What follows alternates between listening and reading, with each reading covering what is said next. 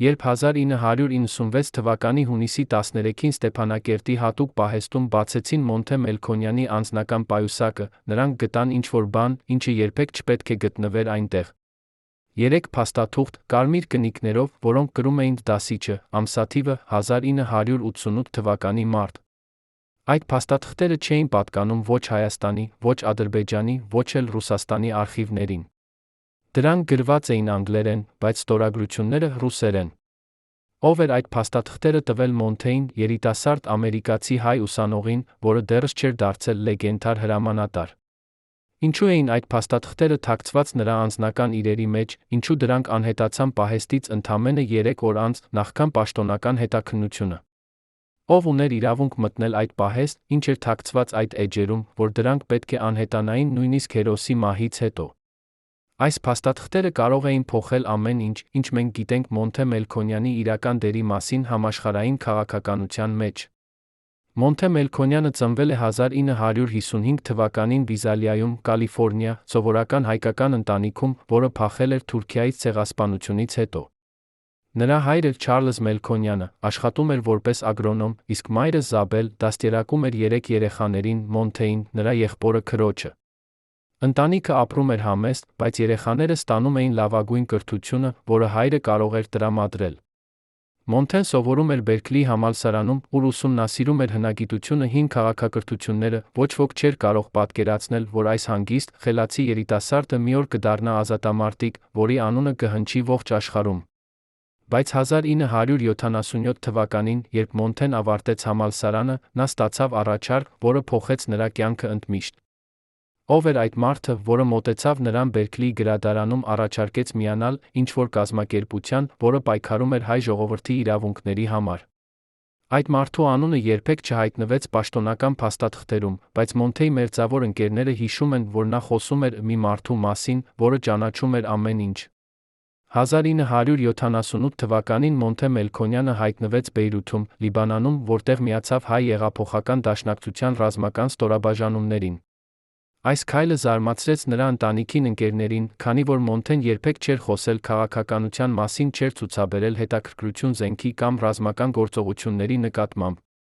Բայց Բեյրութում նա արագորեն դարձավ ամենաարդյունավետ մարտիկներից մեկը, նրա անունը սկսեց հայտնի դառնալ ոչ միայն հայկական համայնքներում, այլ միջազգային հատուկ ծառայություններում։ Ինչու՞։ Մոնթեն այդքան արագ դարձավ պրոֆեսիոնալ, ով էր նրան ուսուցանում այդ հմտությունները։ Նրա ընկերները պատմում են, որ նա անցնում էր հատուկ վերապատրաստումներ, որոնք չէին կազմակերպվում սովորական ազատամարտիկների համար։ Այդ վերապատրաստումները ներառում էին հետախուզական աշխատանք, կոդավորված հաղորդակցություն, նույնիսկ հոգեբանական ճնշման տեխնիկա։ Ովքեր էին այդ ուսուցիչները, ինչու նրանք ընտրեցին հենց Մոնթեին։ 1981 թվականին Մոնթե Մելքոնյանը մասնակցեց մի գործողության, որը դարձավ լեգենդար հայկական ազատագրական շարժման մեջ։ Նա նրա խումբը հարձակվեցին թուրքական դիվանագիտական ներկայացուցչության վրա Փարիզում, այդ գործողությունը ստիպեց միջազգային հանրությանը ուշադրություն դարձնել հայկական հարցին։ Բայց այն, ինչ հանրությանը չասացին, այն էր, որ Մոնթեն այդ գործողությունից առաջ հանդիպել էր մի անծանոթ մարդու հետ, որը տվել էր նրան ճշգրիտ տեղեկություններ դիվանագիտական ներկայացուցչության անվտանգության համակարգի մասին։ Ինչպես այդ մարդը ստացավ այդ տեղեկությունները, ինչու նա օգնեց Մոնթեին։ Ֆրանսիական հատուկ ծառայությունները հետագայում հայտարարեցին, որ այդ տեղեկությունները կարող էին գալ միայն ներսից, կամ ֆրանսիական անվտանգության ծառայություններից, կամ ավելի բարձր մակարդակից։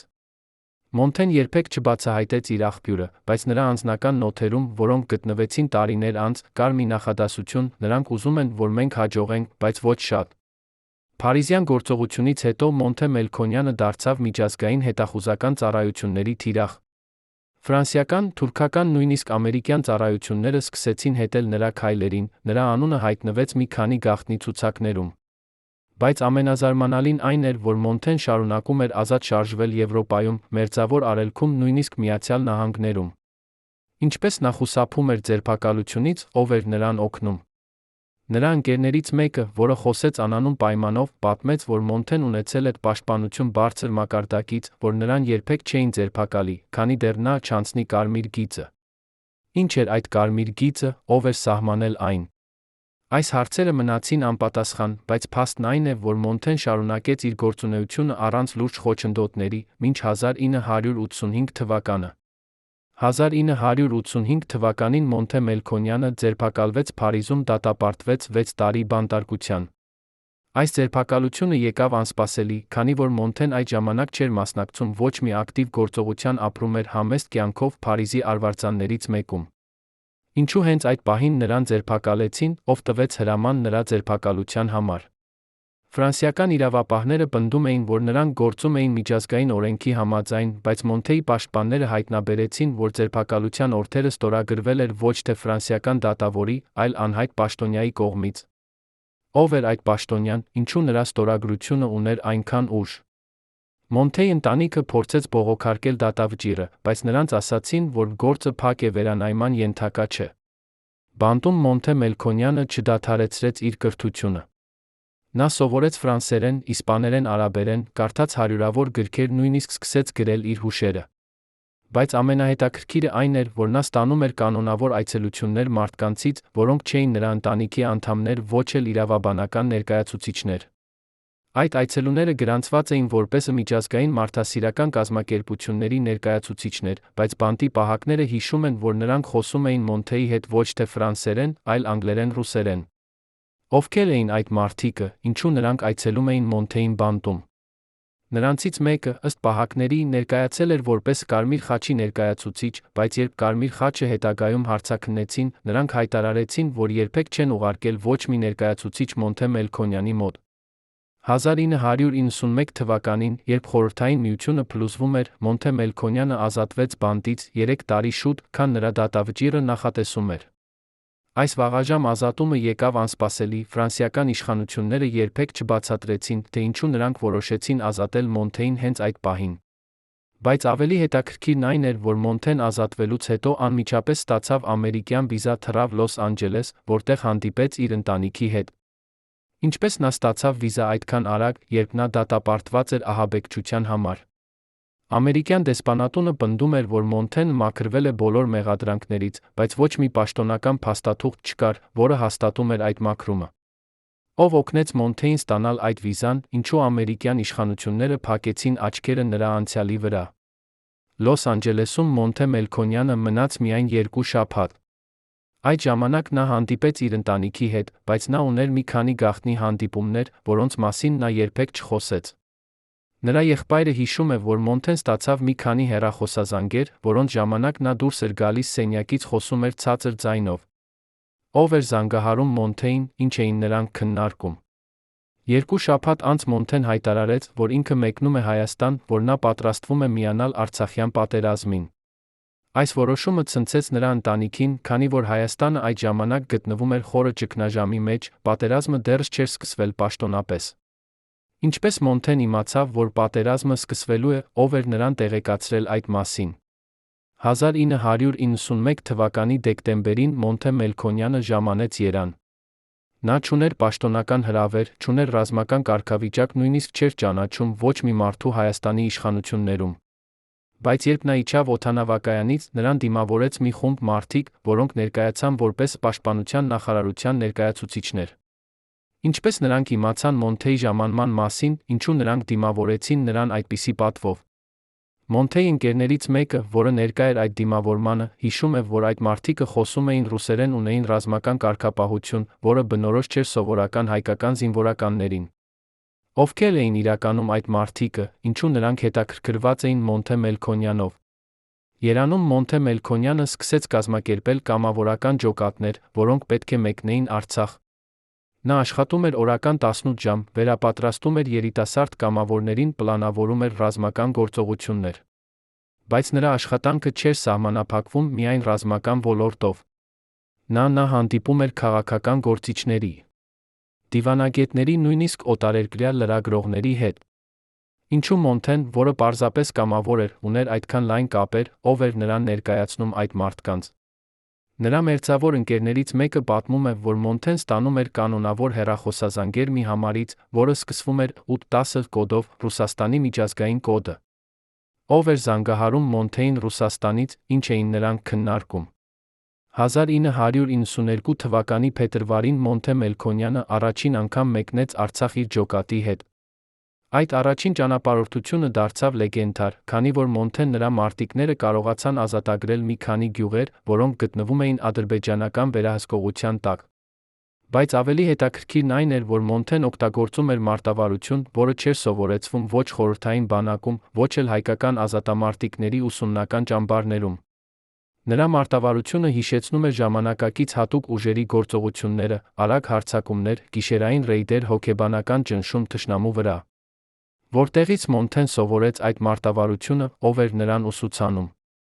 Նրա մարտիկներից մեկը հիշում է, որ Մոնթեն ունեցել էր հատուկ ձեռնարկներ, որոնք գրված էին անգլերեն-ռուսերեն, որ այդ ձեռնարկները պարունակում էին տեղեկություններ, որոնք հասանելի չէին սովորական զինվորականներին։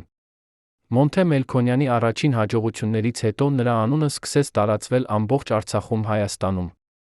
Նա դարձավ հերոս, երիտասարդները սկսեցին միանալ նրա ջոկատին հարյուրավորներով։ Բայց այդ հաջողությունները նա ուշադրություն գրավեցին միջազգային հատուկ ծառայությունների կողմից։ Ադրբեջանական հետախուզությունը սկսեց հետել Մոնթեի քայլերին, նրանք հայտարարեցին, որ Մոնթեն միջազգային ահաբեկիչ է, որը պետք է ոչնչացվի։ Բայց ավելի հետաքրքիրն այն էր, որ ոչ միայն ադրբեջանական, այլ ռուսական-ամերիկյան ծառայությունները սկսեցին հետաքրքրվել Մոնթեով։ Ինչու այս երկու մեծ տերություններ հետաքրքրված էին մի հայ ազատամարտիկով, որը պայքարում էր փոքրիկ Արցախի համար։ Ինչ էր Մոնթե Մելքոնյանը ներկայացնում նրանց համար, ինչու նրանք ուզում էին վերահսկել նրա գործողությունները։ 35 տարի անց, երբ մենք նայում ենք Մոնթե Մելքոնյանի կյանքին, մենք տեսնում ենք ոչ միայն հերոսի պատմություն, այլ մի խճանկար, որը լի է գաղտնիքներով, անհայտ կապերով, հարցերով, որոնք դեռս չունեն պատասխան։ Ով էր իրականում Մոնթե Մելքոնյանը, պարզապես հայրենասեր, որը պայքարում էր իր ժողովրդի համար, թե ինչ որ ավելի մեծ խաղի խաղացող, որը կապված էր միջազգային հատուկ ծառայությունների հետ։ Ինչու նրան թույլ տվեցին ազատ շարժվել աշխարհում, երբ նա դատապարտված էր ահաբեկչության համար։ Ինչու նրան օգնեցին ստանալ ամերիկյան վիզա ժամանել Հայաստան հենց այն պահին, երբ պատերազմը սկսվելու էր։ Այս հարցերը մնում են անպատասխան, բայց մենք շարունակում ենք փնտրել ճշմարտությունը, քանի որ Մոնթե Մելքոնյանի պատմությունը ավելին է, քան պարզապես մի հերոսի կյանքը։ Դա պատմություն է մեծ տերությունների խաղերի, գաղտնի գործարքների մի մարդու մասին, որը կարողացավ փոխել պատմությունը, չնայած բոլոր խոչընդոտներին։ 1992 թվականի ապրիլին Մոնթե Մելքոնյանը մասնակցեց մի գործողության, որը դարձավ շրջադարձային Արցախյան պատերազմի պատմության մեջ։ Նրա ջոկատը ազատագրեց Մարտակերտի շրջանի մի քանի ռազմավարական կարևոր բարձունքներ, որոնք վերահսկում էին ճանապարհները դեպի Ստեփանակերտ։ Այս հաջողությունը ոչ միայն բարձրացրեց հայկական ուժերի մարտական ոգին, այլ ցույց տվեց, որ Մոնթե Մելքոնյանը ոչ միայն քաջ մարտիկ է, այլ տաղանդավոր ռազմական ռազմավարական։ Բայց այն, ինչ հանրությանը չասացին, այն էր, որ Մոնթեն այդ գործողությունից առաջ ստացել էր մանրամասն քարտեզներ ադրբեջանական դիրքերի մասին, որոնք պարունակում էին տեղեկություններ, որոնք հասանելի չէին սովորական հետախուզության միջոցներով։ Այդ քարտեզները ցույց էին տալիս ոչ միայն ադրբեջանական զինվորների դիրքերը, այլ նրանց հաղորդակցության գծերը, զենքի պահեստները, նույնիսկ հրամանատարական կետերի ճշգրիտ կոորդինատները։ Որտեղից Մոնթեն ստացավ այդ քարտեզները, ով էր նրան տրամադրել այդ տեղեկությունները։ Մոնթեի մարտիկներից մեկը, որը մասնակցել է այդ գործողությանը, հիշում է, որ Մոնթեն ցույց տվեց նրանց քարտեզները գործողությունից ընդամենը մի քանի ժամ առաջ։ Այդ քարտեզները տպված էին բարձրորակ թղթի վրա, ունեին ռուսական-անգլերական նշումներ։ Երբ մարտիկները հարցրին, թե որտեղից են այդ քարտեզները, Մոնթեն պարզապես ժպտաց ասաց. «Մենք ունենք ընկերներ, որոնք ուզում են, որ մենք հաղթենք»։ Ովքեր էին այդ ընկերները, ինչու նրանք օգնում էին հայկական ուժերին։ Այս հարցը դարձավ ավելի հետաքրքիր, երբ հետագայում պարզվեց, որ նույն տեսակի քարտեզները օգտագործվում էին ռուսական հատուկ ուժերի կողմից Չեչնիայում, այլ տարածաշրջաններում։ Արդյոք Մոնթեն ստանում էր օգնություն ռուսական հատուկ ծառայություններից, եթե այո, ապա ինչու նրանք օգնում էին նրան։ 1992 թվականի մայիսին Մոնթե Մելքոնյանը ստացավ պաշտոնական կարգավիճակ Արցախի պաշտպանության բանակում։ Նա նշանակվեց որպես հատուկ ջոկատի հրամանատար, նրան տրվեցին լայն լիազորություններ, ներառյալ իրավունքը ինքնուրույն պլանավորել իրականացնել ռազմական գործողություններ։ Այս նշանակումը եկավ անսպասելի, քանի որ Մոնթեն չուներ պաշտոնական ռազմական կրթություն, չէր ծառայել ոչ մի բանակում։ Ինչու Արցախի իշխանությունները վստահեցին նրան այդքան կարևոր պաշտոն, ով էր առաջարկել նրա թեկնածությունը։ Նրա նշանակման մասին որոշումը ստորագրվեց Արցախի պաշտպանության նախարարի կողմից, բայց ըստ աղբյուրների այդ որոշումը եկավ ավելի բարձր մակարդակից։ Ինչ նշանակում էր ավելի բարձր մակարդակ, ով էր իրականում որոշում Մոնթե Մելքոնյանի ճակատագիրը։ Մոնթե Մելքոնյանի նշանակումից հետո նրա ջոկատը դարձավ ամենաարդյունավետ ստորաբաժանումներից մեկը Արցախյան պատերազմում։ Նրանք մասնակցեցին տասնյակ գործողությունների, ազատագրեցին հարյուրավոր քառակիլոմետր տարածք, գրավեցին հարյուրավոր գերիներ։ Բայց ավելի հետաքրքիրն այն էր, որ Մոնթեի ջոկատը ունեցել է մատակարարումներ, որոնք չէին հասանելի այլ ստորաբաժանումներին։ Նրանք ունեցել են ժամանակակից հաղորդակցության սարքավորումներ, գիշերային տեսողության սարքեր, նույնիսկ հատուկ զենքեր, որոնք չէին արտադրվում Խորհրդային Միությունում։ Որտեղից Մոնթեի ջոկատը ստանում էր այդ սարքավորումները, ով էր ֆինանսավորում նրանց մատակարարումները։ Մոնթեի մարտիկներից մեկը հիշում է, որ նրանք ստանում էին կանոնավոր մատակարարումները անհայտ աղբյուրներից, որ այդ մատակարարումները գալիս էին գիշերվա ընթացքում, առանց որևէ պաշտոնական փաստաթղթերի։ 1992 թվականի հունիսին Մոնթե Մելքոնյանը մասնակցեց մի գործողության, որը դարձավ ամենաքննարկվածներից մեկը պատերազմի պատմության մեջ։ Նրա ջոկատը հարձակվեց Շահումյան շրջանի մի ադրբեջանական ռազմական բազայի վրա, գրավեց մեծ քանակությամբ զենք, զինամթերք։ Այս գործողությունը ոչ միայն ուժեղացրեց հայկական ուժերի դիրքերը, այլ ցույց տվեց, որ Մոնթե Մելքոնյանը կարող է իրականացնել բարդ ռազմական գործողություններ, նույնիսկ թշնամու խորքում։ Բայց այն, ինչ հանրությանը չասացին, այն էր, որ այդ գործողությունը պլանավորվել էր մի քանի շաբաթ առաջ, որ Մոնթեն ստացել էր մանրամասն տեղեկություններ բազայի անվտանգության համակարգի մասին։ Այդ տեղեկությունները ներառում էին պահակների հերթափոխերի ժամանակացույցը, անվտանգության տեսախցիկների դիրքերը, նույնիսկ բազայի հրամանատարի անձնական սովորությունները։ Ինչպես Մոնթեն ստացավ այդ տեղեկությունները, ով էր նրան օգնում հավաքել այդ հետախուզական տվյալները։ Այդ գործողությունից հետո Մոնթե Մելքոնյանի անունը դարձավ լեգենդար ոչ միայն Հայաստանում, Արցախում, այլ միջազգային մակարդակով։ Նրա մասին սկսեցին գրել օտարերկրյա լրագրողները, նրա լուսանկարները հայտնվեցին միջազգային լրատվամիջոցներում։ Բայց այդ հռչակը նա բերեց վտանգ։ Ադրբեջանական իշխանությունները հայտարարեցին, որ Մոնթե Մելքոնյանը թիվ 1 թշնամին է, որ նրա գլխի համար նշանակվել է մեծ պարկ։ Ըստ աղբյուրների, այդ պարկը կազմում էր $1 միլիոն ամերիկյան դոլար, հսկայական գումար այդ ժամանակվա համար։ Ով էր պատրաստ վճարել այդքան գումար Մոնթե Մելքոնյանի գլխի համար, ինչու նրա ոչնչացումը այդքան կարևոր էր ադրբեջանական իշխանությունների համար։ Արդյոք դա պարզապես ռազմական նկատառումներ էին, թե՞ ինչ-որ ավելի խորը պատճառներ կային։ 35 տարի անց, երբ մենք վերլուծում ենք Մոնթե Մելքոնյանի կյանքի այս փուլը, մենք տեսնում ենք, որ նա դարձել էր ոչ միայն ռազմական հրամանատար, այլ քաղաքական խաղացող, որը ուներ կապեր, ազդեցություն, որոնք գերազանցում էին նրա պաշտոնական կարգավիճակը։ Նա ստանում էր տեղեկություններ, սարքավորումներ օգնություն աղբյուրներից, որոնք մնում են անհայտ մինչ այսօր։ Ովքեր էին այդ աղբյուրները, ինչու նրանք օգնում էին Մոնթեին։ Արդյոք դա էր ռուսական հատուկ ծառայությունները, որոնք ուզում էին վերահսկել իրադարձությունները Անդրկովկասում։ Թե՞ դա էր ամերիկյան հետախուզությունը, որը փորձում էր հավասարակշռել ռուսական ազդեցությունը տարածաշրջանում։ Կամ թե՞ դա էր ինչ-որ երրորդ ուժ, որը ուներ իր սեփական շահերը Արցախյան պատերազմում։ Այս հարցերը մնում են անպատասխան, բայց մենք շարունակում ենք փնտրել ճշմարտությունը, քանի որ Մոնթե Մելքոնյանի պատմությունը ավելին է, քան պարզապես մի հերոսի կյանքը։ 1992 թվականի հուլիսին Մոնթե Մելքոնյանը ստացավ հրավեր մասնակցել մի գաղտնի հանդիպման, որը կազմակերպվել էր Երևանում։ Այդ հանդիպմանը ներկա էին Հայաստանի Արցախի բարձրաստիճան պաշտոնյաներ, ինչպես նա մի քանի օտարերկրյա դիվանագետներ։ Հանդիպման նպատակը քննարկելն էր պատերազմի ապագա ռազմավարությունը, հնարավոր խաղաղության բանակցությունները։ Բայց ավելի հետաքրքիրն այն էր, որ Մոնթե Մելքոնյանը, որը պարզապես ջոկատի հրամանատար էր, հրավիրվել էր այդ բարձր մակարդակի հանդիպման։ Ինչու նրան համարում էին այդքան կարևոր, որ նրան հրավիրեցին մասնակցել այդպիսի քննարկումների։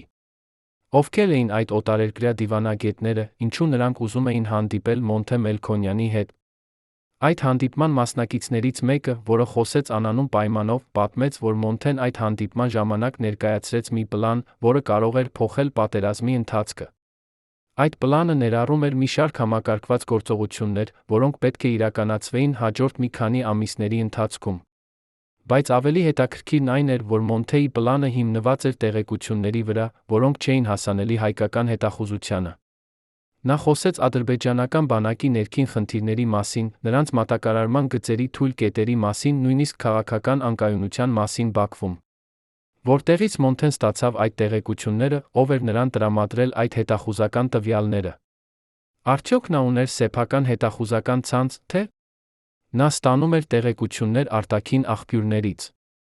Հանդիպումից հետո Մոնթե Մելքոնյանը վերադարձավ Արցախ, սկսեց իրականացնել իր պլանը։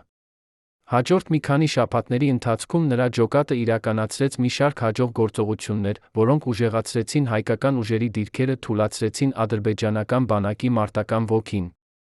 Բայց այդ հաջողությունները նա բերեցին նոր վտանգներ։ Ադրբեջանական հատուկ ծառայությունները սկսեցին ակտիվորեն փնտրել Մոնթե Մելքոնյանին, նրանք ուղարկեցին մի քանի դիվերսիոն խմբեր, որոնց նպատակն էր նրան ոչնչացնելը։ Ինչպես Մոնթեն խուսափեց այդ փորձերից, ով էր նրան նախազգուշացնում վտանգի մասին։ Նրա մարտիկները հիշում են, որ Մոնթեն երբեմն ստանում էր նախազգուշացումները անհայտ աղբյուրներից, որ այդ նախազգուշացումները միշտ ճշգրիտ էին։ 1992 թվականի օգոստոսին Մոնթե Մելքոնյանը մասնակցեց մի գործողության, որը դարձավ ամենաքննարկվածներից մեկը նրա կարիերայում։ Նրա ջոկատը հարձակվեց Մարտունու շրջանի մի ադրբեջանական դիրքի վրա, գրավեց մի փաստաթուղթ, որը պարունակում էր ադրբեջանական բանակի գաղտնի պլանները հաջորդ մի քանի ամիսների համար։ Այդ փաստաթուղթը ցույց էր տալիս, որ ադրբեջանական իշխանությունները պլանավորում էին մեծ ծավալի հարձակում Ստեփանակերտի վրա, որ նրանք ստանում էին օգնություն արտաքին ուժերից։ Ովքեր էին այդ արտաքին ուժերը, ինչու նրանք օգնում էին Ադրբեջանին։ Այդ փաստաթուղթը նա պարունակում էր անուններ, կոդեր, որոնք ցույց էին տալիս, որ ադրբեջանական բանակը ստանում էր զենք սարքավորումներ երկրներից, որոնք պաշտոնապես չէին ներգրավված պատերազմում։ Մոնթե Մելքոնյանը անմիջապես ուղարկեց այդ փաստաթուղթը Երևան, այն դարձավ կարևոր ապացույց միջազգային հանրության համար։ Բայց ավելի հետաքրքիրն այն էր, որ այդ փաստաթուղթը նա հասավ օտարերկրյա լրատվամիջոցներին, այն հրապարակվեց մի քանի միջազգային թերթերում։ Ինչպես այդ փաստաթուղթը հասավ լրատվամիջոցներին, ով էր հետաքրքրված նրա հրապարակմամբ։ Արդյոք դա էր Մոնթե Մելքոնյանը, որը ուներ կապեր լրագրողների հետ, թե՞ ինչ որ այլ ուժ, որը ուզում էր, որ այդ տեղեկությունները դառնան հրապարակային։ Այս հարցը մնաց անպատասխան, բայց փաստն այն է, որ այդ փաստաթղթի հրապարակումը փոխեց միջազգային հանրության վերաբերմունքը Արցախյան պատերազմի նկատմամբ։ 35 տարի անց, երբ մենք վերլուծում ենք այս իրադարձությունները, մենք տեսնում ենք, որ Մոնթե Մելքոնյանը խաղում էր ոչ միայն ռազմական, այլ տեղեկատվական պատերազմ։ Նա օգտագործում էր լրատվամիջոցները, միջազգային կապերը, հետախուզական տվյալները, ուժեղացնելու հայկական դիրքերը, թուլացնելու ադրբեջանական բանակի մարտական ոգին։ Բայց ով էր նրան ուսուցանում այդ մարտավարությունները, ով էր նրան տրամադրում այդ ռեսուրսները։ Արդյոք դա էր ռուսական հատուկ ծառայությունները, որոնք ուզում էին վերահսկել տեղեկատվական հոսքերը տարածաշրջանում։ Թե՞ դա էր ամերիկյան հետախուզությունը, որը փորձում էր ազդել միջազգային հանրության կարծիքի վրա։ Կամ թե՞ դա էր Մոնթե Մելքոնյանի սեփական նախաձեռնությունը, որը հիմնված էր նրա տարիների փորձի վրա միջազգային ազատագրական շարժումներում։ Այս հարցերը մնում են անպատասխան, բայց մենք շարունակում ենք փնտրել ճշմարտությունը։ Պատկերացրեք, որ դուք նստած եք մութ սենյակում, ձեր առջ դրված է մի հին ձայնագրություն, որը պարունակում է Մոնթե Մելքոնյանի վերջին զրույցը իր ամենամերձավոր ընկերոջ հետ, ընդամենը 3 օր առաջ, քան նրա պատմությունը կընդհատվեր։ Այդ ձայնագրության մեջ Մոնթեն խոսում է մի մարդու մասին, որին նա անվանում է «մեր անտեսանելի բարեկամը»։ Նա ասում է, նա միշտ գիտի, թե ուր ենք մենք, միշտ նախազգուշացնում է մեզ վտանգի մասին, բայց ես երբեք չեմ տեսել նրա դեմքը։ Ով էր այդ անտեսանելի բարեկամը, որը պաշտպանում էր Մոնթե Մելքոնյանին 3 տարի շարունակ։ Ինչու այդ ձայնագրությունը անհետացավ Մոնթեի անձնական արխիվից ընդամենը մի շաբաթ անց նրա մահից հետո։ Ով ուներ իրավունք մտնել այդ արխիվ, ինչ էր թաքցված այդ ձայնագրության մեջ, որ այն պետք է անհետանար այդքան արագ։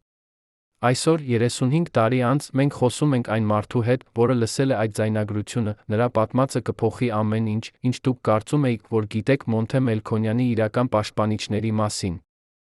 1992 թվականի սեպտեմբերին Մոնթե Մելքոնյանը սկսեց նկատել, որ նրան հետում են։ Ոչ թե ադրբեջանական հատուկ ծառայությունները, դրանց մասին նա արդեն գիտեր, սովորել էր խուսափել նրանցից։ Այս անգամ այլ էր։ Մարդիկ, որոնք հետում էին նրան, շարժվում էին պրոֆեսիոնալ, գրեթե անտեսանելի, նրանք երբեք չէին մոտենում շատ մոտ։ Մոնթեի մարտիկներից մեկը հիշում է, թե ինչպես մի օր Մոնթեն ցույց տվեց նրան մի մարդու, որը կանգնած էր 100 մետր հեռավորության վրա դիտում էր նրանց։ Տեսնում ես այդ մարդուն, ասաց Մոնթեն, նա հետում է ինձ արդեն 2 շաբաթ է, բայց նա ոչ ադրբեջանցի է, ոչ էլ թուրք։ Նա ռուս է, նա չի ուզում ինձ սպանել։ Նա ուզում է իմանալ, թե ինչ եմ ես անում։ Ինչու ռուսական հատուկ ծառայությունները հետում էին Մոնթե Մելքոնյանին, երբ Ռուսաստանը պաշտոնապես չէր ներգրավված պատերազմում։ Ինչ էր այդքան հետաքրքիր Մոնթեի գործողություններում, որ Մոսկվան ուղարկեց իր լավագույն գործակալներին հետելու նրան։ Այդ նույն ամսում Մոնթե Մելքոնյանը ստացավ մի անսպասելի հրավեր։ Մի մարդ, որը ներկայացավ որպես անկախ դիտորդ, խնդրեց հանդիպել նրա հետ մի չեզոք տարածքում, Գորիսի մի փոքրիկ ռեստորանում։ Մոնթեն ընդունեց հրավերը, թե նրա մարտիկները նախազգուշացրին, որ դա կարող է լինել թակարդ։ Երբ Մոնթեն ժամանեց ռեստորան, նա տեսավ մի կիսավեց տարիքի մարդու, որը կրում էր թանկարժեք կոստյում, խոսում էր անթերի անգլերեն, թեթ ռուսական առոգանությամբ։ Այդ մարդը ներկայացավ որպես Միխայիլ, բայց նա երբեք չասաց իր ազգանունը։ Նրանց զրույցը տեց 3 ժամ, այդ ժամանակ Միխայիլը ասաց Մոնթեին ինչ-որ բան, որը ստիպեց նրան լուրջ մտածել։ Մոնթեի ընկերը, որը սպասում էր դրսում, հիշում է, որ երբ Մոնթեն դուրս եկավ ռեստորանից, նրա դեմքը սպիտակ էր, նա ասաց միայն մի նախադասություն, նրանք ամեն ինչ գիտեն։ Ինչ ասաց Միխայիլը Մոնթեին, ինչու այդ զրույցը այդքան խորապես ազդեց նրա վրա։ Հետագա հետաքննությունները ցույց տվեցին, որ Միխայիլը չէր սովորական դիտորդ։ Նա աշխատում էր ռուսական արտաքին հետախուզության համար, նրա առաքելությունը Անդրկովկասում էր վերահսկել բոլոր կողմերի գործողությունները, զեկուցել Մոսկվա։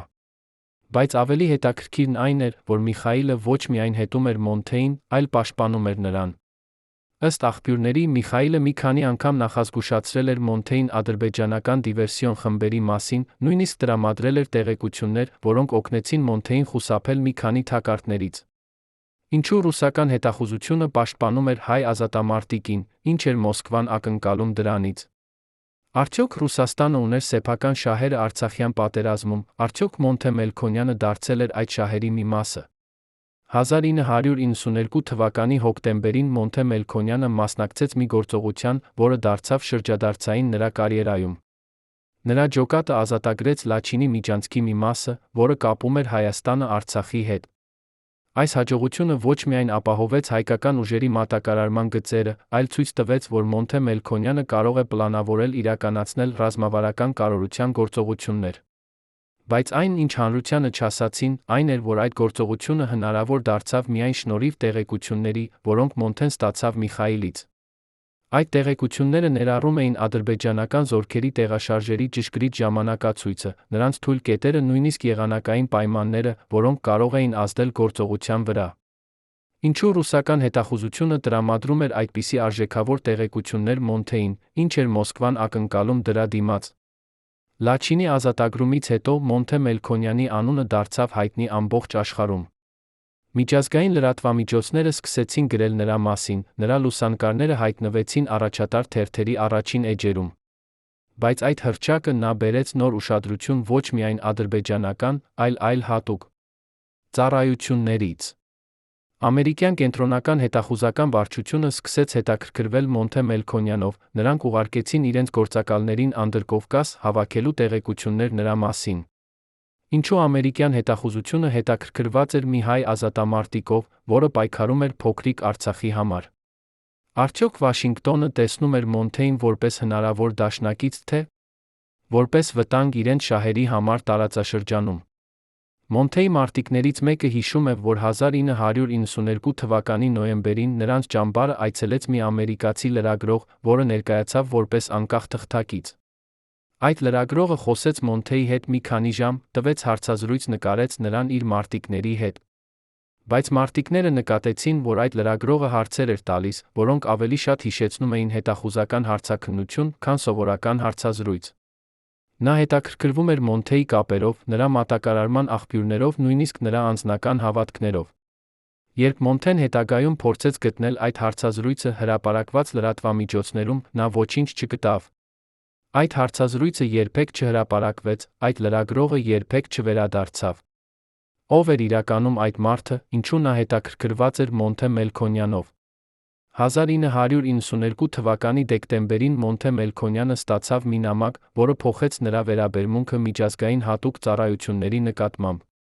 Այդ նամակը եկավ անհայտ ուղարկողից պարունակում էր նախազգուշացում. «Դուք խաղում եք վտանգավոր խաղ, կան ուժեր, որոնք ուզում են, որ դուք հաջողեք, բայց միայն մինչ որոշակի կետ։ Եթե դուք անցնեք այդ կետը, նրանք կդառնան ձեր թշնամիները»։ Նամակը ստորագրված էր միայն մի տառով։ Ով էր այդ մ, ինչու նա նախազգուշացրեց Մոնթեին։ Արդյոք դա էր Միխայիլը, ռուսական գործակալը, որը հանդիպել էր Մոնթեի հետ Գորիսում։ Թե դա էր ինչ-որ այլ մարդ, որը ուներ մատչելիություն գաղտնի տեղեկությունների ուզում էր պաշտպանել Մոնթեին։ Մոնթեն ցույց տվեց այդ նամակը իր ամենամերձավոր ընկերներին, նրանք սկսեցին քննարկել, թե ինչ կարող է նշանակել այդ նախազգուշացումը։ Մեկը ասաց, որ դա կարող է լինել ադրբեջանական հոգեբանական գործողություն, վախեցնելու Մոնթեին։ Մյուսը ասաց, որ դա կարող է լինել իրական նախազգուշացում մարդուց, որը իսկապես հոգում է Մոնթեի անվտանգության մասին։ Բայց Մոնթեն ինքը հավատում էր, որ այդ նամակը իրական էր, որ նա իսկապես խաղում էր վտանգավոր խաղ։ Նա ասաց իր ընկերներին. «Մենք պետք է շատ զգույշ լինենք։ Մենք ունենք բարեկամներ, բայց մենք նա ունենք թշնամիներ, որոնք կարող են դառնալ ավելի վտանգավոր, քան ադրբեջանական բանակը»։ Ինչու Մոնթեն այդքան լուրջ վերաբերվեց այդ նամակին, ինչ էր նա իմանում, որ մենք չգիտենք։ 35 տարի անց, երբ մենք վերլուծում ենք այս իրադարձությունները, մենք տեսնում ենք, որ Մոնթե Մելքոնյանը գտնվում էր բարդ վտանգավոր իրավիճակում։ Նա պայքարում էր ոչ միայն ադրբեջանական բանակի դեմ, այլ նավարկում էր միջազգային հատուկ ծառայությունների բարդ աշխարհում։ Նա ուներ բարեկամներ, որոնք պաշտպանում էին նրան, բայց նա ուներ թշնամիներ, որոնք սպասում էին ճիշտ պահին հարվածելու։ Ովքեր էին այդ բարեկամները, ինչու նրանք օգնում էին Մոնթեին։ Ովքեր էին այդ թշնամիները, ինչու նրանք սպասում էին։ Այս հարցերը մնում են անպատասխան, բայց մենք շարունակում ենք փնտրել ճշմարտությունը։ 1993 թվականի հունվարին Մոնթե Մելքոնյանի առողջական վիճակը սկսեց վատանալ։ Նա սկսեց գանգատվել գլխացավերից, քնի խանգարումներից, նույնիսկ հիշողության կորստից։ Նրա մարտիկները նկատեցին, որ նա դարձել է ավելի նյարդային, ավելի քիչ համբերատար։ Մոնթեն ինքը մերժեց բժշկական օգնությունը, ասաց, որ դա պարզապես հոգնածություն է երկար ամիսների մարտերից։ Բայց նրա մերձավոր ընկերները սկսեցին անհանգստանալ, քանի որ նրանք երբեք չէին տեսել Մոնթեին այդպիսի վիճակում։ Ինչ էր պատճառը Մոնթեի առողջական խնդիրների, արդյոք դա իսկապես պարզապես հոգնածություն էր։ Մոնթեի անձնական բժիշկը, որը հետագայում խոսեց անանուն պայմանով, պատմեց, որ նա մի քանի անգամ խորհուրդ տվեց Մոնթեին անցնել մանրակրկիտ բժշկական զննում, բայց Մոնթեն միշտ մերժում էր։ Բժիշկը հիշում է, որ մի անգամ, երբ նա հաջողվեց համոզել Մոնթեին տալ արյան նմուշ, վերլուծությունները ցույց տվեցին անսովոր բարձր մակարդակ որոշակի նյութերի, որոնք կարող էին ցույց տալ թունավորում կամ երկարած սթրես։ Բայց նախքան բժիշկը կարողանար ավելի մանրամասն հետազոտություններ անել, Մոնթեն հեռացավ, երբեք չվերադարձավ այդ բժշկի մոտ։ Ինչու Մոնթեն խուսափում էր բժշկական զննումներից, ինչ էր նա վախենում, որ կարող էին հայտնաբերել բժիշկները։ Արդյոք նա գիտեր ինչ-որ բան իր առողջության մասին, որ չէր ուզում, որ ուրիշները իմանան։ Այդ նույն ամսում Մոնթե Մելքոնյանը ստացավ մի այլ անսպասելի այցելություն։ Մի կին, որը ներկայացավ որպես բժշկական կազմակերպության ներկայացուցիչ, եկավ նրա ճամբար, առաջարկեց անվճար բժշկական զննում բոլոր մարտիկների համար։ Մոնթեն ընդունեց առաջարկը, այդ կինը անցկացրեց մի քանի օր ճամբարում, զննելով մարտիկներին։ Բայց մարտիկները նկատեցին, որ այդ կինը հատուկ ուշադրություն էր դարձնում Մոնթեին նրա անձնական սովորություններին։ Նա հարցեր էր տալիս նրա սննդի, քնի, նույնիսկ նրա հոգեկան վիճակի մասին։ Երբ Մոնթեն հետագայում փորձեց կապվել այդ բժշկական կազմակերպության հետ, նա պարզեց, որ այդպիսի կազմակերպություն չկա, որ այդ կինը երբեք չի աշխատել որևէ պաշտոնական բժշկական հաստատության համար։ Ով էր այդ կինը, ինչու նա հետաքրքրված էր Մոնթե Մելքոնյանի առողջությամբ։ Հետագա հետաքննությունները ցույց տվեցին, որ այդ կինը կարող էր լինել օտարերկրյա հետախուզական ծառայության գործակալ, որը փորձում էր հավաքել տեղեկություններ Մոնթեի առողջական վիճակի մասին։ Բայց ավելի անհանգստացնող էր այն, որ այդ կինը թողել էր մի փոքրիկ սարք Մոնթեի անձնական իրերի մեջ, մի տեսակ հետող սարք, որը կարող էր հաղորդել տեղեկություններ նրա տեղակայման մասին։ Այդ սարքը հայտնաբերվեց միայն մի քանի շաբաթ անց, երբ Մոնթեի մարտիկներից մեկը պատահաբար նկատեց այն։ Ինչու օտարերկրյա հետախուզությունը փորձում էր հետել Մոնթե Մելքոնյանին այդպիսի մեթոդներով, ինչ էր նրանց վերջնական նպատակը։ Արդյոք նրանք պարզապես ուզում էին իմանալ նրա տեղակայումը, թե նրանք ունեին ավելի մութ նպատակներ։ 1993 թվականի փետրվարին Մոնթե Մելքոնյանը մասնակցեց մի գործողության, որը գրեթե ավարտվեց աղետով։ Նրա ջոկատը հարձակվեց մի ադրբեջանական դիրքի վրա, բայց նրանք ընկան թակարդի մեջ։ Ադրբեջանական զորքերը գիտեին նրանց գալու մասին, պատրաստել էին դարան։ Մոնթեի ջոկատը կորցրեց մի քանի մարտիկներ, ինքը Մոնթեն գրեթե վիրավորվեց։ Ինչպես ադրբեջանական զորքերը իմացան Մոնթեի պլանների մասին, ով էր նրանց տեղեկացրել։ Արդյոք Մոնթեի ջոկատում կար դավաճան, թե ադրբեջանական հետախուզությունը ունեցել է այլ աղբյուրներ տեղեկությունների։ Այդ գործողությունից հետո Մոնթե Մելքոնյանը դարձավ ավելի զգույշ, ավելի կասկածամիտ։ Նա սկսեց ստուգել իր մարտիկներին, փոխեց իր հաղորդակցության մեթոդները, նույնիսկ սկսեց օգտագործել կոդավորված հաղորդագրություններ։ Բայց նա սկսեց կասկածել, որ խնդիրը ավելի խորն է, քան պարզապես դավաճանություն իր ջոկատում։ Նա ասաց իր ամենամերձավոր ընկերներին, նրանք ունեն աղբյուրներ, որոնք մենք չենք կարող պատկերացնել։ Նրանք լսում են մեր զրույցները, տեսնում են մեր քայլերը, գիտեն մեր պլանները նախքան մենք դրանք իրականացնենք։ Ինչպես ադրբեջանական հետախուզությունը ուներ այդպիսի մատչելիություն Մոնթեի տեղեկություններին, ով էր նրանց օգնում։ Արդյոք դա էր միայն ադրբեջանական հետախուզությունը, թե նրանք ստանում էին օգնություն ավելի մեծ տերություններից։ 1993 թվականի մարտին Մոնթե Մելքոնյանը ստացավ վերջին նախազգուշացումը Միխայիլից։ Նրանք հանդիպեցին կրկին Գորիսում, այս անգամ Միխայիլը ավելի լուրջ էր, քան երբևէ։ Նա ասաց Մոնթեին, դուք պետք է շատ զգույշ լինեք հաջորդ մի քանի ամիսների ընթացքում։ Կան ուժեր, որոնք որոշել են, որ դուք դարձել եք շատ հզոր, շատ անկախ։ Նրանք կփորձեն ձեզ կանգնեցնել, նրանք կօգտագործեն ցանկացած միջոց։ Մոնթեն հարցրեց, թե ովքեր են այդ ուժերը, բայց Միխայիլը պարզապես ժպտաց, ասաց, դուք արդեն գիտեք պատասխանը։ Դուք միշտ գիտեք։ Ինչ նշանակում էր այդ նախազգուշացումը, ինչու Միխայիլը չէր ուզում բացահայտել ավելի շատ մանրամասներ։ Արդյոք նա վախենում էր իր սեփական անվտանգության համար, թե նա պարզապես չէր կարող ասել ավելին։ Այդ հանդիպումից հետո Մոնթե Մելքոնյանը վերադարձավ Արցախ, շարունակեց իր գործունեությունը, բայց նա արդեն գիտեր, որ նրա ժամանակը սահմանափակ է։ Նա ասաց իր ամենամերձավոր ընկերներին, ես գիտեմ, որ մի օր ինչ-որ բան կպատահի։ Բայց մինչ այդ օրը ես կշարունակեմ անել այն, ինչ պետք է անեմ։ Նրա ընկերները փորձեցին համոզել նրան ավելի զգույշ լինել, բայց Մոնթեն մերժեց։ Նա ասաց, եթե ես սկսեմ վախենալ, ես կդադարեմ լինել այն, ով ես եմ։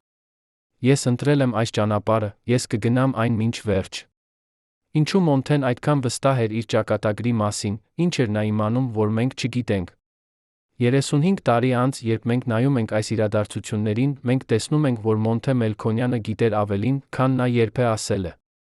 Նա գիտեր, որ նա խաղում է վտանգավոր խաղ, որ այդ խաղը կարող է ավարտվել նրա կյանքի արժեքով։ Բայց նա գիտեր, որ նա ունի առաքելություն, որ այդ առաքելությունը ավելի կարևոր է, քան նրա անձնական անվտանգությունը։ Ովքեր էին այն ուժերը, որոնք ուզում էին կանգնեցնել Մոնթեին, ինչու նրանք համարում էին նրան այդքան վտանգավոր։ Արդյոք դա էր միայն ադրբեջանական իշխանությունները, թե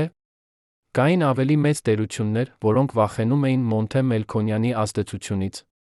Այս հարցերը մնում են անպատասխան, բայց մենք շարունակում ենք փնտրել ճշմարտությունը, քանի որ Մոնթե Մելքոնյանի պատմությունը դեռս չի ավարտվել։ Պատկերացրեք մի փակ սենյակ Մոսկվայի կենտրոնում, 1993 թվականի ապրիլ, որտեղ 12 մարդիկ նստած են շրջանած սեղանի շուրջ, քննարկում են մի անուն՝ Մոնթե Մելքոնյան։ Այս 12 մարդիկը չեն սովորական պաշտոնյաներ։ Նրանք են այն մարդիկը, ովքեր որոշում են, թե ով կապրի, ով կմեռնի Անդրկովկասում։ Այդ հանդիպման արձանագրությունները, որոնք գտնվեցին 30 տարի անց Ռուսաստանի արխիվներում, պարունակում են մի նախադասություն, որը սառեցնում է արյունը՝ Մելքոնյանը դարձել է անվերահսկելի։ Նա գիտի շատ, նա խոսում է շատերի հետ։ Մենք պետք է որոշենք, նա մեզ հետ է, թե մեր դեմ։ Ովքեր էին այդ 12 մարդիկը, որոնք իրենց իրավունք էին տալիս որոշել մի հայ հերոսի ճակատագիրը։ Ինչու Մոսկվան այդքան անհանգստացած էր Մոնթե Մելքոնյանի գործողություններից, երբ Ռուսաստանը պաշտոնապես չէր ներգրավված պատերազմում։ Ինչ գաղտնիքներ էր Մոնթեն իմանում, որոնք կարող էին վտանգել Կրեմլի պլանները Անդրկովկասում։ Այսօր 35 տարի անց մենք բացահայտում ենք այն գաղտնի խմբի անդամների անունները, որոնք որոշեցին Մոնթե Մելքոնյանի ճակատագիրը, պատճառները, որոնց համար նրանք համարում էին նրան վտանգ իրենց շահերի համար։ 1993 թվականի ապրիլին Մոնթե Մելքոնյանը սկսեց նկատել, որ նրա շուրջը ամեն ինչ փոխվում է։ Մարդիկ, որոնք նախկինում բարեկամական էին, հանկարծ դարձան հեռավոր։ Հեռախոսազանգերը, որոնք նախկինում գալիս էին կանոնավոր, դադարեցին։ Նույնիսկ Միխայիլը, ռուսական գործակալը, որը մի քանի ամիս շարունակ պաշտպանում էր նրան, այլևս չէր կապվում։ Մոնթեի մարտիկներից մեկը հիշում է, թե ինչպես մի օր Մոնթեն նստած էր իր վրանում ասաց. «Նրանք որոշել են։ Ես զգում եմ դա։ Նրանք որոշել են, որ ես դարձել եմ խնդիր։ Բայց ինչու»։ Մոնթեն դարձել էր խնդիր այն ուժերի համար, որոնք նախկինում օգնում էին նրան։ Ինչ էր փոխվել, որ նրանք այլևս չէին ուզում պաշտպանել նրան։ Պատասխանը գտնվում էր Մոնթեի վերջին գործողություններում։ Նա սկսել էր խոսել լրագրողների հետ, ոչ միայն հայկական, այլ միջազգային լրատվամիջոցների ներկայացուցիչների հետ։ Նա պատմում էր նրանց ոչ միայն պատերազմի մասին, այլ այն մասին, թե ինչպես են մեծ տերությունները խաղում իրենց սեփական խաղերը Անդրկովկասում։ Նա խոսում էր ռուսական զենքի մատակարարումների մասին, թուրքական ռազմական խորհրդականների մասին, նույնիսկ ամերիկյան հետախուզության ներկայության մասին տարածաշրջանում։ Այս բացահայտումները սկսեցին հայտնվել միջազգային թերթերում, դա անհանգստացրեց բոլոր կողմերին։ Մոսկվան վախենում էր, որ Մոնթեն կարող է բացահայտել ռուսական գաղտնի օգնությունը հայկական ուժերին։ Անկարան վախենում էր, որ Մոնթեն կարող է ապացուցել թուրքական ուղղակի ներգրավվածությունը պատերազմում։ Վաշինգտոնը վախենում էր, որ Մոնթեն կարող է բացահայտել ամերիկյան կրկակի խաղը, պաշտոնապես աջակցելով Ադրբեջանին, բայց գաղտնի հետաքրքրվելով հայկական հաղթանակով։ Մոնթեի մերձավոր ընկերներից մեկը հիշում է, որ 1993 թվականի մայիսի սկզբին Մոնթեն ստացավ մի հեռախոսազանգ, որը տեց ընդամենը 30 վայրկյան։ Երբ Մոնթեն դրեց հեռախոսը, նրա դեմքը սպիտակ էր, նա ասաց միայն մի նախադասություն. «Նրանք ասացին, որ ես պետք է լռեմ, կամ նրանք կստիպեն ինձ լռել»։ Ով էր զանգահարել Մոնթեին, ինչ էր այդ մարդը ասել, որ այդքան խորապես ազդեց նրա վրա։ Արդյոք դա էր Միխայիլը, որը փորձում էր վերջին անգամ նախազգուշացնել իր նախկին պաշտպանյալին։ Թե դա էր ինչ-որ այլ մարդ, ավելի բարձր մակարդակից, որը ուղարկում էր վերջնական նախազգուշացում։ Մոնթեն երբեք չասաց, թե ով էր զանգահարել, բայց նրա ընկերները նկատեցին, որ այդ զանգից հետո նա դարձավ ավելի փակ, ավելի զգույշ։ Բայց Մոնթե Մելքոնյանը չդադարեցրեց իր գործունեությունը։ Նա շարունակեց խոսել լրագրողների հետ, շարունակեց բացահայտել այն, ինչ նա համարում էր ճշմարտություն։ Նա ասաց իր ամենամերձավոր ընկերներին. «Եթե ես լռեմ, ապա ինչի համար եմ ես այստեղ։ Ես եկել եմ այստեղ ոչ միայն պայքարելու Արցախի համար, այլ ասելու ճշմարտությունը աշխարհին։ Եթե նրանք ուզում են ինձ լռեցնել, ապա թող փորձեն»։ Այս խոսքերը ցույց էին տալիս Մոնթեի քաջությունը, բայց նրա անզգուշությունը։ Նա չէր հասկանում կամ չէր ուզում հասկանալ, որ նա խաղում էր խաղ, որտեղ կանոնները սահմանում էին ուրիշները, որտեղ պարտությունը նշանակում էր ոչ թե պարտություն, այլ ավելի ծանր հետանքներ։ 1993 թվականի մայիսի կեսերին Մոնթե Մելքոնյանը մասնակցեց մի գործողության, որը դարձավ նրա վերջին մեծ հաջողությունը։ Նրա ջոկատը ազատագրեց Ակթամի շրջանի մի մասը, այս հաջողությունը ուժեղացրեց հայկական ուժերի դիրքերը ամբողջ ճակատում։ Բայց այդ հաջողությունը նա բերեց վերջնական որոշումը այն ուժերի կողմից, որոնք ուզում էին կանգնեցնել Մոնթեին։ Ըստ աղբյուրների, որոնք խոսեցին անանուն պայմանով, Մոսկվայում կայացավ մի հանդիպում, որտեղ որոշվեց, որ Մոնթե Մելքոնյանը դարձել է անընդունելի ռիսկ։ Այդ հանդիպման մասնակիցները համաձայնեցին, որ Մոնթեն պետք է հեռացվի խաղից, բայց նրանք համաձայնեցին, որ դա պետք է արվի այնպես, որ չթվա, թե դա նրանց գործն է։ Ինչպես կարելի էր հեռացնել Մոնթե Մելքոնյանին այնպես, որ չթվա, թե դա արտաքին ուժերի գործն է։ Պատասխանը պարզ էր՝ պետք էր օգտագործել պատերազմը։ Պետք է ստեղծել իրավիճակ, որտեղ Մոնթեն կգտնվեր վտանգավոր դիրքում, որտեղ նրա պատմությունը կընդհատվեր պատահական հրացանային կրակից։ Բայց ինչպես կարելի էր ստեղծել այդպիսի իրավիճակ, երբ Մոնթեն միշտ շատ զգույշ էր, երբեք չէր դնում իրեն անհարկի վտանգի մեջ։ Պատասխանը կայանում էր նրա բնավորության մեջ։ Մոնթեն էր այն մարդը, որը երբեք չէր թողնում իր մարտիկներին միայնակ վտանգի մեջ։ Եթե նրա մարտիկները գտնվեին դժվար իրավիճակում, Մոնթեն միշտ գնում էր նրանց օգնության։ Այս հատկանիշը, որը դարձրել էր նրան սիրված իր մարտիկների կողմից, նա դարձավ նրա թույլ կետը։ 1993 թվականի հունիսի 13-ին Մոնթե Մելքոնյանի ջոկատը մասնակցեց մի գործողության Մարտակերտի շրջանում։ Այդ գործողության ժամանակ մի փոքր խումբ մարտիկներ հայտնվեց շրջափակման մեջ, Մոնթեն անմիջապես որոշեց գնալ նրանց օգնության։ Նրա ընկերները փորձեցին կանգնեցնել նրան, ասելով, որ դա շատ վտանգավոր է, բայց Մոնթեն մերժեց։ Նա ասաց. «Ես չեմ կարող թողնել նրանց այնտեղ։ Եթե ես չգնամ, ապա ով կգնա»։ Այս խոսքերը եղան նրա վերջին խոսքերը իր ընկերների հետ։ Երբ Մոնթեն մեկնեց օգնության, նա չգիտեր, որ նրա ճանապարհը արդեն պլանավորված էր ուրիշների կողմից, որ այդ օրը կդառնա նրա վերջին օրը։ Բայց ով էր պլանավորել այդ իրավիճակը։ Ով էր տեղեկացրել ադրբեջանական զորքերին Մոնթեի տեղաշարժերի մասին։ Ով էր համոզվել, որ Մոնթեն կգտնվի հենց այն տեղում, որտեղ նրան կարող էին հասնել։ Այս հարցերը մնացին անպատասխան 35 տարի, բայց այսօր մենք ունենք նոր ապացույցներ, որոնք ցույց են տալիս, որ Մոնթե Մելքոնյանի պատմության ընդհատումը չէր պատահական։ Դա էր ուշադիր պլանավորված գործողություն, որը ներառում էր մի քանի կողմերի համագործակցությունը։ Բայց ովքեր էին այդ կողմերը, ինչու նրանք բոլորը ուզում էին, որ Մոնթե Մելքոնյանի ձայնը լռի։ 35 տարի անց, երբ մենք վերլուծում ենք այս իրադարձությունները, մենք տեսնում ենք, որ Մոնթե Մելքոնյանը դարձել էր զոհ ոչ միայն պատերազմի, այլ մեծ տերությունների խաղերի։ Նա իմացավ շատ, խոսեց շատ, դրա համար նա վճարեց իր կյանքի արժեքով։ Բայց նրա պատմությունը չավարտվեց այդ օրը։ Նրա ժառանգությունը շարունակում է ապրել, նրա ճշմարտությունը շարունակում է բացահայտվել տարիներ անց։ Ովքեր էին այն մարդիկը, որոնք որոշեցին, որ Մոնթե Մելքոնյանը պետք է լռի։ Ինչու նրանք վախենում էին նրա ձայնից։ Այս հարցերը շարունակում են անհանգստացնել մեզ, մենք շարունակում ենք փնտրել պատասխանները։ Երբ բացեցին Մոնթե Մելքոնյանի անձնական արխիվը 1996 թվականին, նրանք գտան ինչ-որ բան, ինչը երբեք չպետք է գտնվեր այնտեղ։ Հարյուրավոր էջեր փաստաթղթերի, որոնք պարունակում էին տեղեկություններ ոչ միայն Արցախյան պատերազմի մասին, այլ միջազգային հատուկ ծառայությունների գործողությունների մասին Անդրկովկասում։ Այդ փաստաթղթերը ներառում էին հեռագրեր, հանդիպումների արձանագրություններ, նույնիսկ լուսանկարներ, որոնք ցույց էին տալիս գաղտնի հանդիպումներ բարձրաստիճան պաշտոնյաների միջ։ Բայց ամենազարմանալին այն էր, որ այդ փաստաթղթերից շատերը կրում էին դասիչներ, որոնք ցույց էին տալիս, որ դրանք գաղտնի էին, չպետք է լինեին Մոնթեի տիրապետության մեջ։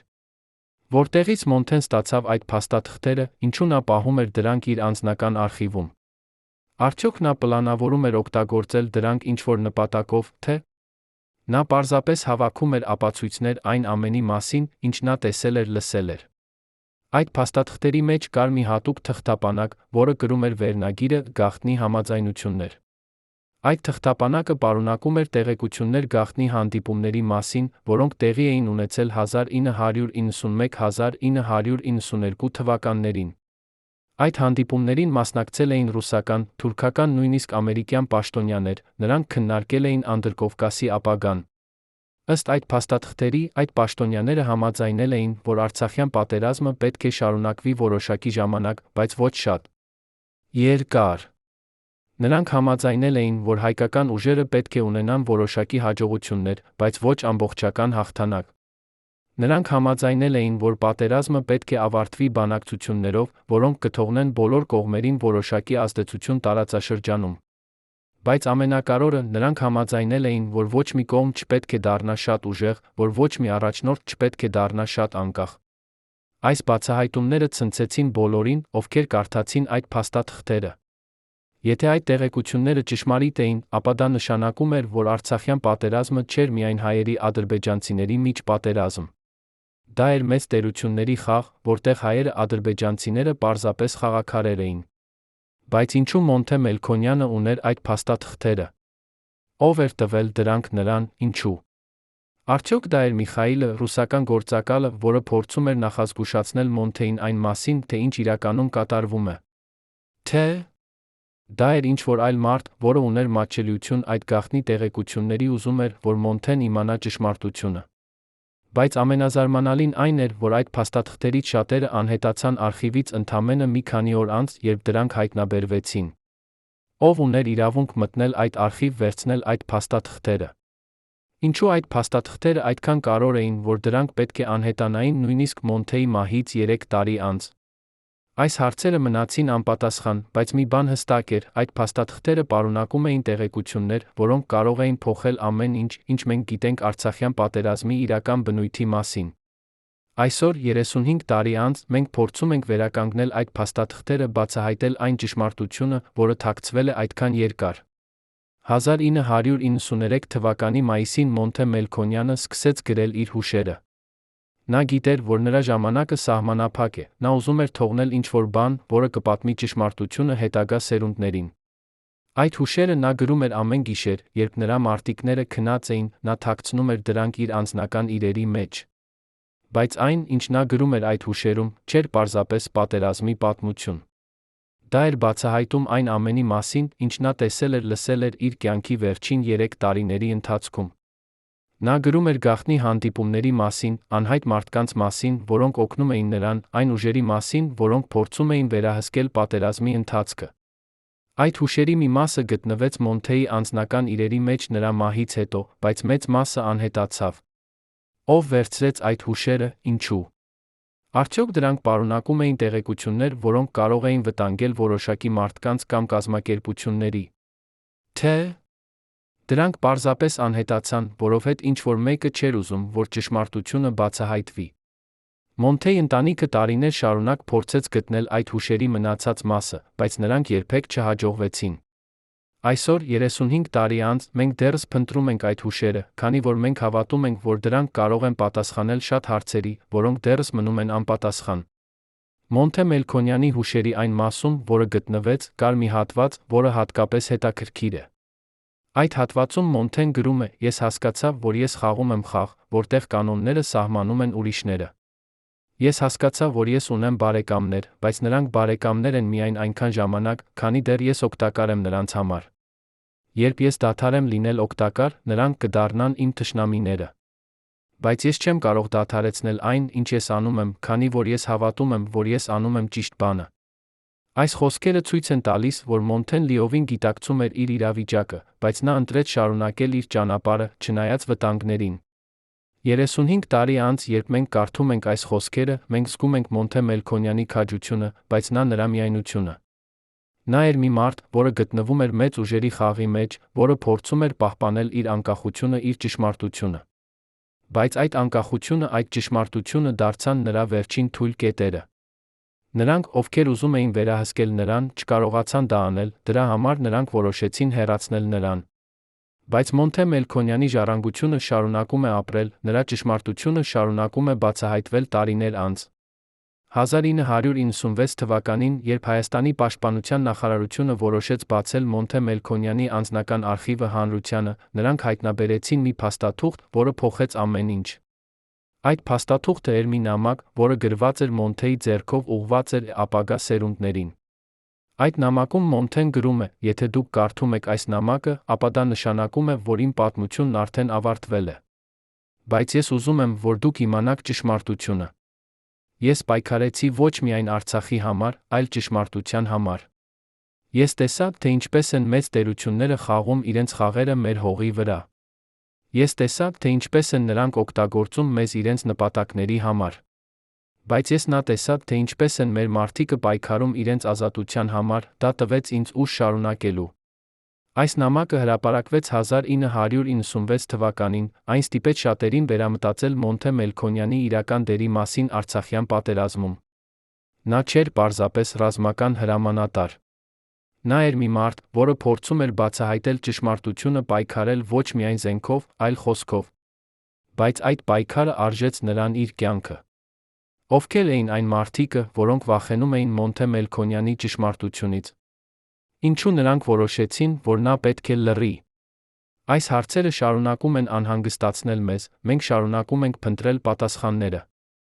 Մոնթե Մելքոնյանի նամակի վերջում կա մի նախադասություն, որը հատկապես խորհրդածու է։ Նա գրում է. «Հիշեք, որ ճշմարտությունը միշտ բացահայտվում է, անկախ նրանից, թե որքան ժամանակ է անցնում։ Հիշեք, որ նրանք, ովքեր փորձում են թաքցնել ճշմարտությունը, վերջում միշտ պարտվում են։ Հիշեք, որ մեր պայքարը չի ավարտվում իմ մահով։ Այն շարունակվում է ձեզ միջոցով։ Այս խոսքերը ցույց են տալիս Մոնթե Մելքոնյանի հավատը ապագայի նկատմամբ նրա վստահությունը, որ ճշմարտությունը վերջապես կբացահայտվի։ Այսօր, 35 տարի անց, մենք տեսնում ենք, որ նրա խոսքերը ճշմարիտ էին։ Ճշմարտությունը սկսում է բացահայտվել, մենք սկսում ենք հասկանալ, թե ինչ իրականում կատարվեց այն տարիներին։ 35 տարի անց, երբ մենք նայում ենք Մոնթե Մելքոնյանի կյանքին, նրա ժառանգությանը, մենք տեսնում ենք մի մարդու, որը պայքարեց ոչ միայն զենքով, այլ ճշմարտությամբ։ Նա էր մի մարդ, որը չվախեցավ խոսել այն մասին, ինչ տեսավ, նույնիսկ երբ դա վտանգավոր էր։ Նա էր մի մարդ, որը հավատաց, որ ճշմարտությունը ավելի կարևոր է, քան անձնական անվտանգությունը։ Այսօր մենք շարունակում ենք նրա պայքարը, փնտրելով ճշմարտությունը, բացահայտելով այն գաղտնիքները, որոնք թաքցվել են այդքան երկար։ Ովքեր էին այն մարդիկը, որոնք որոշեցին Մոնթե Մելքոնյանի ճակատագիրը։ Ինչու նրանք վախենում էին նրա ձայնից։ Ինչ էր թաքցված այն փաստաթղթերում, որոնք անհետացան նրա արխիվից։ Այս հարցերը շարունակում են անհանգստացնել մեզ, մենք շարունակում ենք փնտրել պատասխանները, քանի որ Մոնթե Մելքոնյանի պատմությունը դեռս չի ավարտվել։ Երբ Մոնթե Մելքոնյանի մարտիկները վերադարձան ճամբար 1993 թվականի հունիսի 14-ին, նրանք բերեցին հետները մի փոքրիկ տուփ, որը գտել էին իրենց հրամանատարի վերջին դիրքում։ Այդ տուփի մեջ կային 3 իր, մի հին լուսանկար, մի կարմիր տետր, մի փակ ծրար, որի վրա գրված էր բացել միայն Ելենայի կողմից։ Ելենան, Մոնթեի քույրը, երբ բացեց այդ ծրարը 2 տարի անց, գտավ ներսում մի ցուցակ 15 անունների, բոլորը ռուսական-թուրքական ազգանուններով։ Այդ անունների կողքին Մոնթեն գրել էր կարճ նշումներ՝ Մոսկվայի կապ, Անկարայի գործակալ, Բաքվի համակարգող։ Ինչ էր այդ ցուցակը, Մոնթեի անձնական հետախուզական ցանցը, թե ավելի մութ բանի ապացույց։ Ինչու այդ 15 անունները երբեք չհայտնվեցին պաշտոնական հետաքննություններում։ Ով ուներ իրավունք թաքցնել այդ ցուցակը 30 տարի շարունակ, ինչու այն վերահայտնվեց միայն հիմա, երբ այդ անունների տերերից շատերը արդեն չկան այս աշխարհում։ Այսօր, 35 տարի անց, մենք բացահայտում ենք այդ ցուցակի իրական նշանակությունը, ցույց ենք տալիս, թե ինչպես Մոնթե Մելքոնյանը փորձեց թողնել մեզ վերջին նախազգուշացումը, նախքան իր ձայնը լռեցվեր ընդմիշտ։ 1993 թվականի հունիսի սկզբին Մոնթե Մելքոնյանի վարքագիծը սկսեց փոխվել այնպես, որ նրա ամենամերձավոր ընկերները անհանգստացան։ Նա դարձավ ավելի փակ, ավելի մտածկոտ, սկսեց անցկացնել ժամեր միայնակ, գրելով իր տետրում։ Մի գիշեր նրա ամենավստահելի մարտիկը, Վարդանը, գտավ Մոնթեին նստած իր վրանում, շրջապատված տասնյակ փաստաթղթերով։ Երբ Վարդանը հարցրեց, թե ինչ է անում, Մոնթեն պարզապես ժպտաց ասաց. «Ես պատրաստում եմ ապահովագրություն։ Եթե ինչ-որ բան պատահի ինձ, աշխարհը պետք է իմանա ճշմարտությունը»։ Բայց ինչպիսի ճշմարտություն էր Մոնթեն փորձում պահպանել, ինչու նա զգում էր, որ իր ժամանակը սպառվում է։ Այդ փաստաթղթերի մեջ, ըստ Վարդանի հիշողության, կային քարտեզներ, որոնք ցույց էին տալիս ոչ միայն ռազմական դիրքեր, այլ գաղտնի ուղիներ, որոնցով զենք փող էին տեղափոխվում տարբեր կողմերին։ Կային անուններ, շատ անուններ, ռուսական գեներալներ, թուրքական հետախուզական սպաներ, ադրբեջանական բարձրաստիճան պաշտոնյաներ, նույնիսկ մի քանի հայ քաղաքական գործիչներ։ Մոնթեն ասաց Վարդանին, այս պատերազմը ավելին է, քան պարզապես հայերի ադրբեջանցիների միջ բախում։ Սա շախմատի խաղ է, որտեղ մենք, զինվորները, պարզապես խաղաքարեր ենք։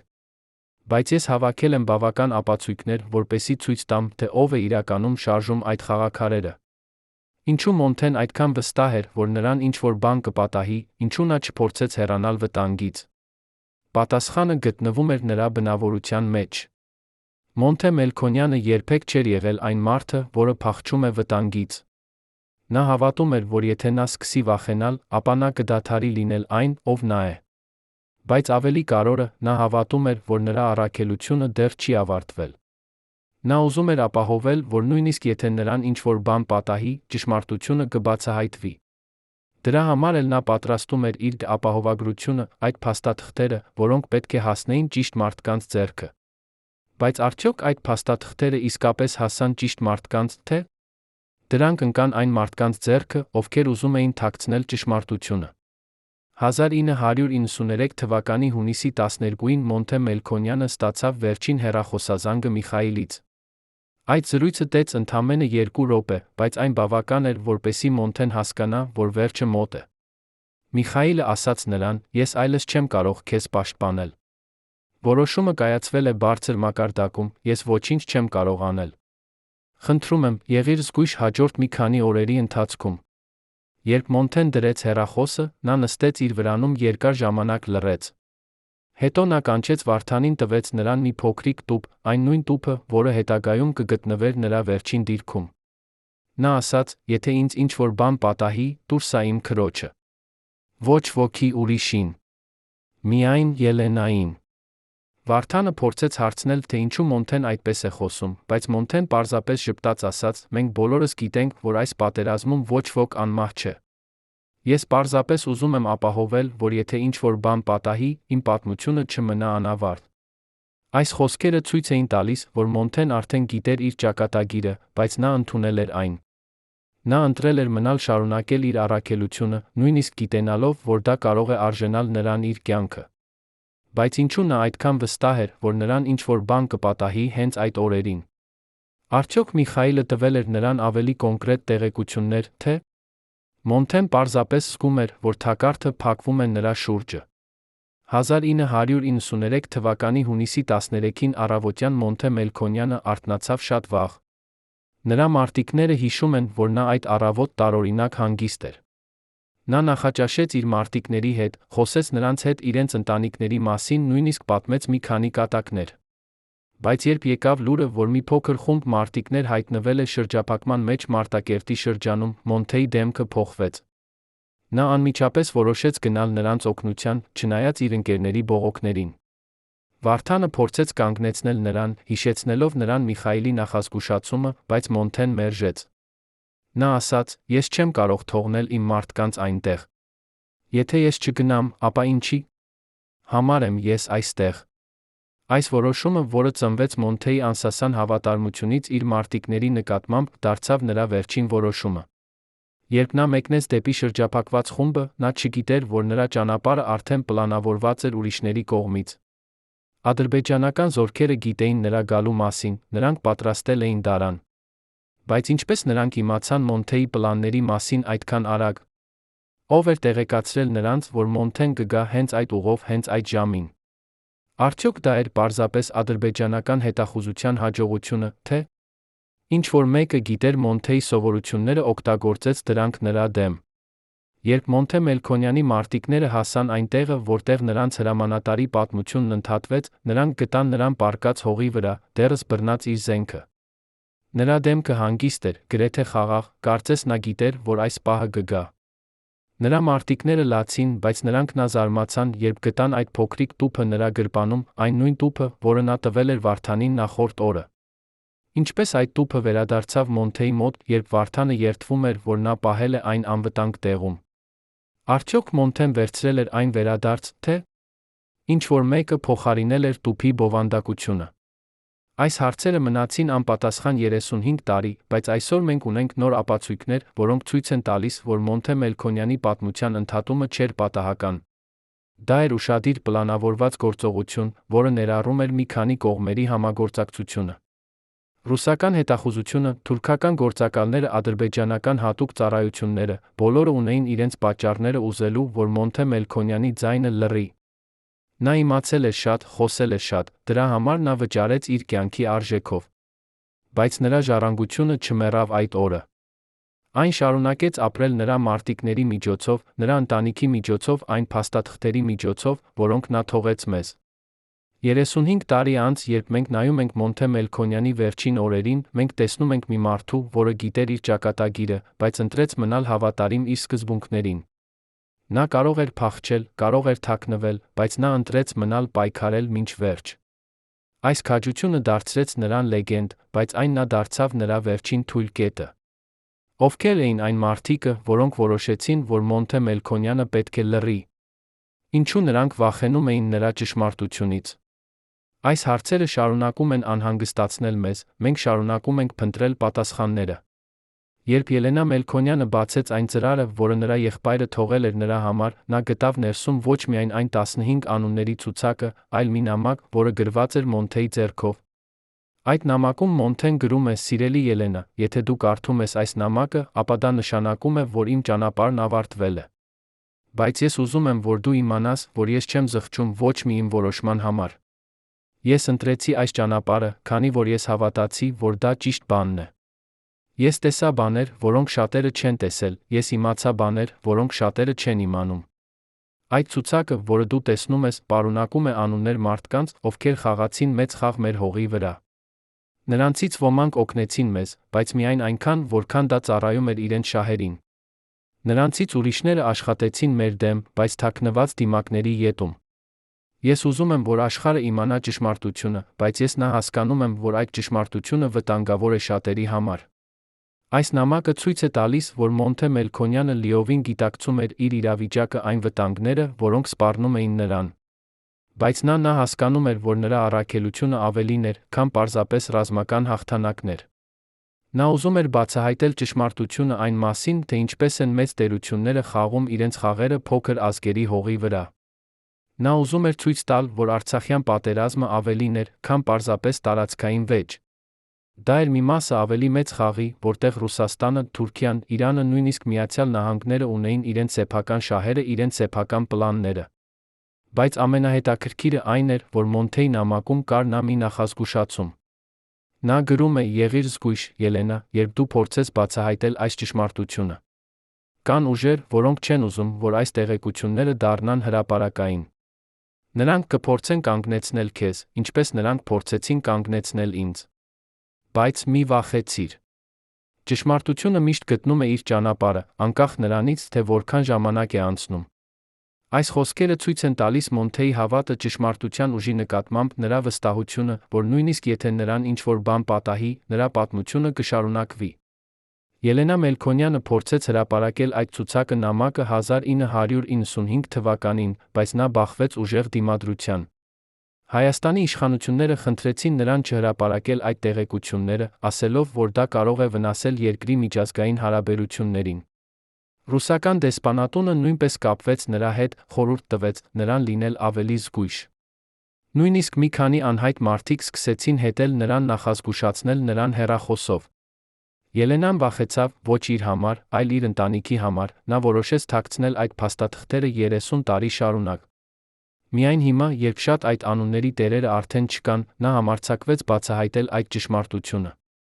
Այդ ցուցակում կային անուններ, որոնք ցնցեցին բոլորին, ովքեր տեսան դրանք։ Կային ռուսական գեներալներ, որոնք պաշտոնապես չէին ներգրավված պատերազմում, բայց գաղտնի մատակարարում էին զենքահետախուզական տեղեկություններ հայկական ուժերին։ Կային թուրքական հետախուզական սպաներ, որոնք համակարգում էին ադրբեջանական ռազմական գործողությունները, տրամադրում էին ռազմավարական խորհրդատվություն։ Կային նույնիսկ մի քանի հայ քաղաքական գործիչներ, որոնք խաղում էին կրկակի խաղ, պաշտոնապես աջակցելով հայկական ուժերին, բայց գաղտնի բանակցելով ադրբեջանական կողմի հետ։ Այս բացահայտումները ցույց էին տալիս, որ Արցախյան պատերազմը իսկապես ավելին էր, քան պարզապես տարածքային վեճ։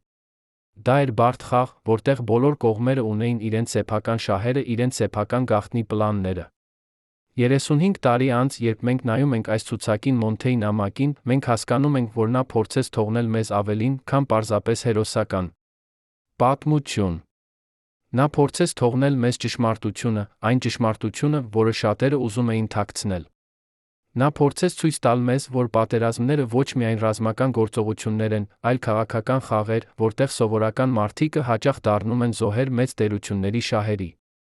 Այսօր մենք շարունակում ենք նրա պայքարը, փնտրելով ճշմարտությունը, բացահայտելով այն գաղտնիքները, որոնք թաքցվել են այդքան երկար։ 1993 թվականի հունիսի 14-ից հետո Արցախում ամեն ինչ փոխվեց։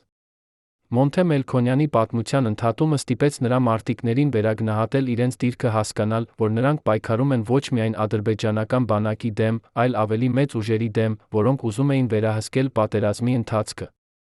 Շատ մարտիկներ դարձան ավելի զգույշ, ավելի կասկածամիտ, նրանք սկսեցին հարցնել իրենց, թե ում համար են իրականում պայքարում։ Բայց նրանք հասկացան, որ Մոնթեի ժառանգությունը պետք է շարունակվի, որ նրանք պետք է ավարտեն այն, ինչ նա սկսել էր։